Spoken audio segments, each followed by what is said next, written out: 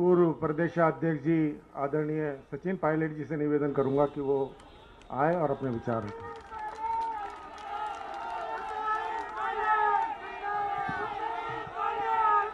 राजस्थान के मुख्यमंत्री सम्माननीय गहलोत साहब, प्रदेश कांग्रेस कमेटी के अध्यक्ष गोविंद डोटासरा जी, राजस्थान सरकार के सभी मंत्रीगण, सभी विधायकगण,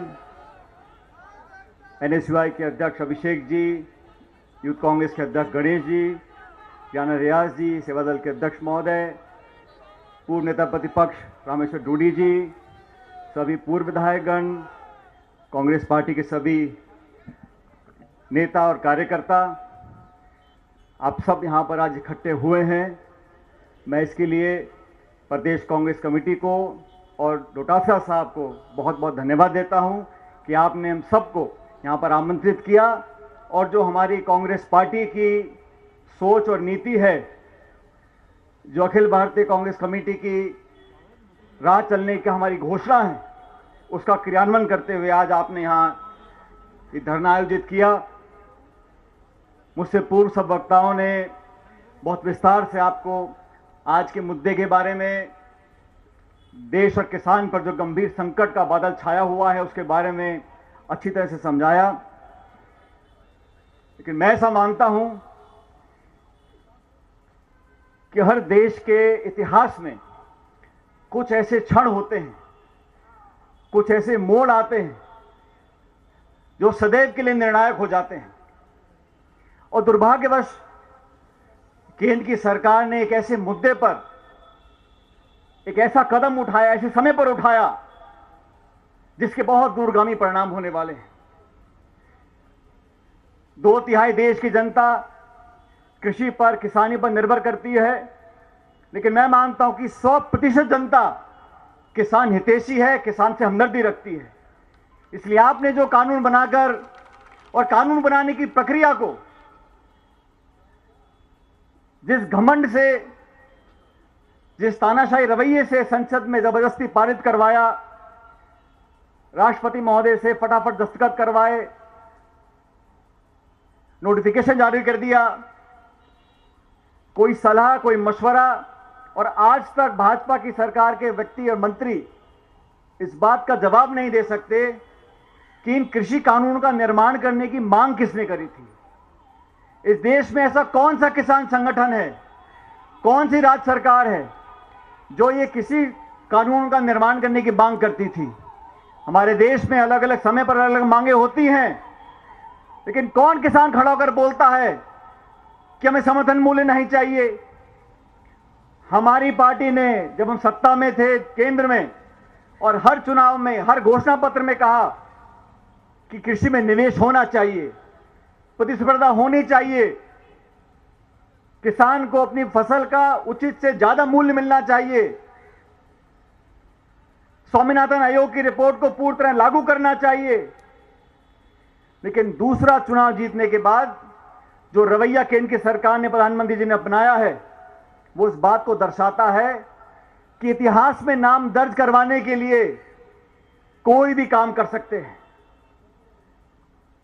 और मुझे दुख होता है, आज देश का किसान ना सिर्फ आंदोलित है लेकिन भयभीत भी है, अपने भविष्य की चिंता करता है।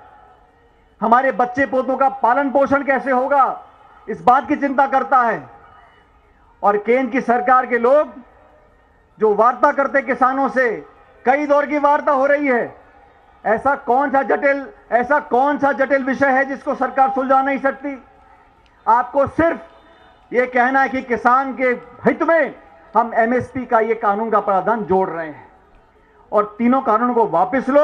जो राहुल गांधी जी ने शुरू में कहा कि ये तीनों बिल घातक हैं, ना सिर्फ पुनर्विचार हो, इनको वापस लिया जाए, किसानों से बात करो। हम इस बात के लिए तैयार हैं। अगर किसान कोई बिल लाना चाहते हैं, कोई रिफॉर्म लाना चाहते हैं, संशोधन लाना चाहते हैं, निश्चित रूप से करो, कांग्रेस पार्टी पूरा समर्थन आपका करेगी। लेकिन किसान के भविष्य को कुचलकर आज पूरी दुनिया में, यूरोप में, अमेरिका में, ऑस्ट्रेलिया में जो भारतीय नागरिक हैं वो दूतावास के सामने जाके खड़े होकर नारा दे रहे हैं उन्हें कौन प्रेरित कर रहा है, कौन भड़का रहा है? और जो किसान अपने हक अधिकार की मांग कर रहे हैं सरहद पर खड़े होकर, उनको नक्सलवादी बोलते हो, माओवादी बोलते हो, आतंकवादी बोलते हो, अलगाववादी बोलते हो।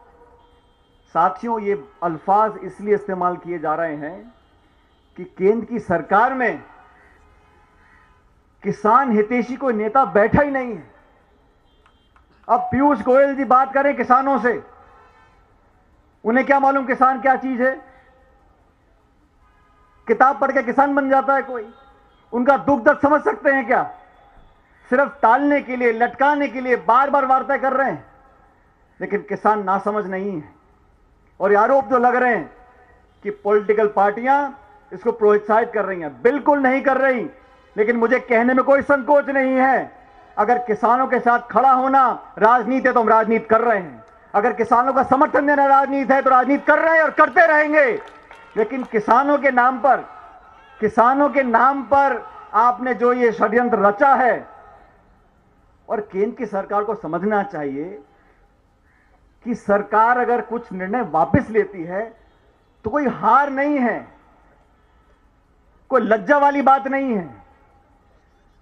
रास्ता ठीक करना, संशोधन करना, रोल बैक कर लेना, कानून वापस ले लेना, माफी मांग लेना, यह नेता का कद बढ़ाता है। हम धन्यवाद करेंगे केंद्र सरकार का अगर वापस लेते हैं वो, लेकिन लेने वाले इसलिए नहीं है क्योंकि जिद अड़ गई है कि मैंने जो सोच लिया वो बिल्कुल सही है। अरे राजस्थान का किसान जो 6 बोरी अनाज पैदा करता है वो चंडीगढ़ जाएगा, दिल्ली जाएगा, बंबई जाएगा, और प्रावधान ये दिया है अगर उसका पैसा उसको नहीं देगा व्यापारी तो एसडीएम से बात करो। अब एसडीएम कलेक्टर को हर 2 बीघे के किसान की चिंता होगी जो किसी और प्रदेश से आया हुआ है।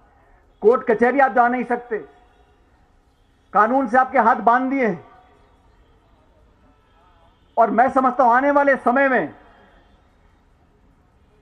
जो लोग कृषि पर निर्भर थे वो ऐसे चंगुल में फंस जाएंगे बड़े बड़े उद्योगपतियों के और बहुराष्ट्रीय कंपनियों के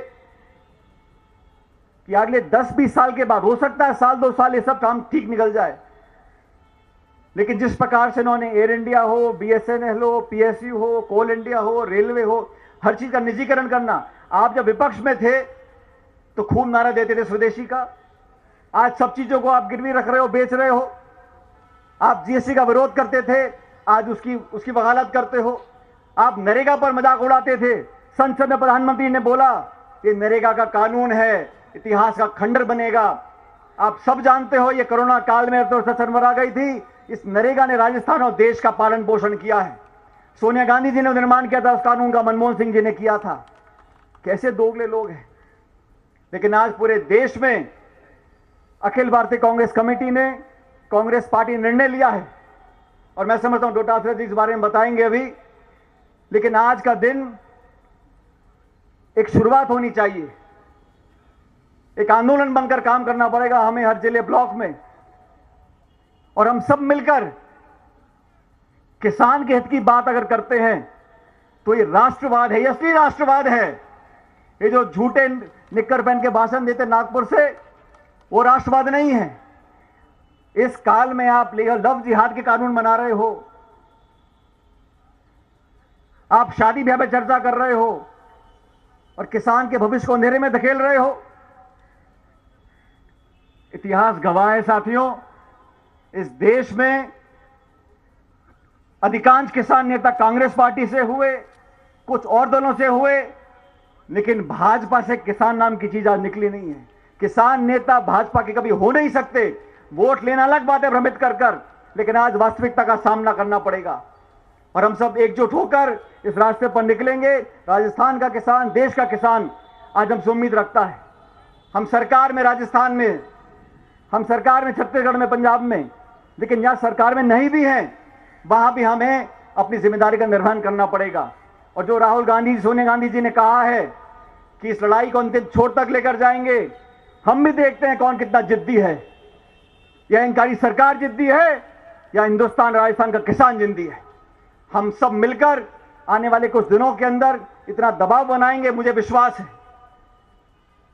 सभी लोग एकजुटता से अगर काम करेंगे एक नारा देंगे एकता का और सारी बातें भूल कर किसान के नाम पर पूरे प्रदेश और देश में परचम फहरेगा किसान का, तो केंद्र की सरकार का शीश झुकेगा और इन तीनों कानूनों को वापस लेना पड़ेगा। मैं धन्यवाद देना चाहता हूं एक बार पुनः डोटासरा जी का, गहलोत साहब का, कि आपने सबको यहां पर आमंत्रित किया। लेकिन आज से यहां से निकलकर जयपुर के बाद सभी जिलों में, ब्लॉकों में जाकर हमें लोगों को जागरूक करना पड़ेगा। और इस कठिन समय में याद रखो साथियों, जब चुनौती आती है, दुख होता है, संकट होता है, खतरा होता है, तभी अपने पराये का पता पड़ता है। हम लोग गांव में जाकर किसान के साथ खड़े होंगे, किसान समझेगा कि दिल्ली में बैठे लोग हमें बरगरा रहे हैं, झूठ बोल रहे हैं, और कांग्रेस ही हमारे साथ हमेशा कंधे से कंधा बढ़ाकर खड़ा रहेगा।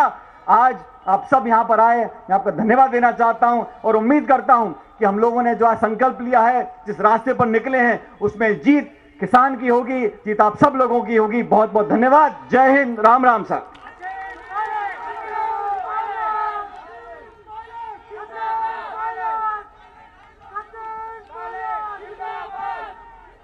अब